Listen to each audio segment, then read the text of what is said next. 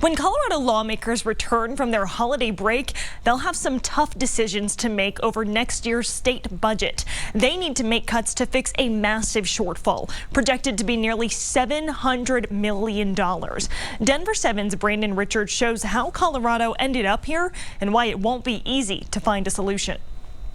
Well, unlike the federal government, Colorado has to balance its budget, and when the state faces a massive budget shortfall, like the kind officials are projecting for next year, it means cuts are guaranteed. There is a lot of belt tightening across these different areas. Colorado Governor Jared Polis says the budget shortfall, now projected to be nearing $700 million, is mostly due to declining inflation and rising Medicaid costs. We're continuing, of course, to make good on our promises in this tight budget environment. The governor released his plan to fix it in November.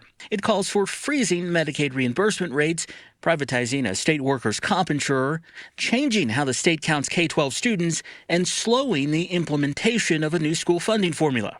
It also cuts state personnel services by 1%. The focus of this budget is really maintaining the progress we've had and making sure that we can tighten our belts. But Republican State Senator Barbara Kirkmeyer says the governor's proposal is not serious. It's not like this is just a one-year problem. This is an ongoing problem that we have to fix. Kirkmeyer sits on the Joint Budget Committee. She says Colorado faces a self-imposed recession due to overspending. It's not like it's just 1 year we overspent.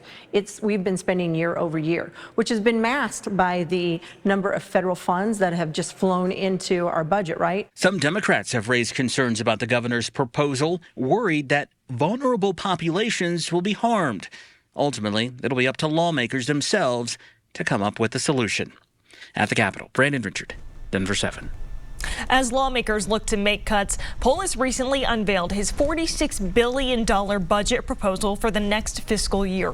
The governor outlined 5 priorities for his next term, including making housing more affordable and beefing up crime-fighting efforts, providing property tax relief, making health care more accessible, and putting Colorado on the path to 100% renewable energy by 2040.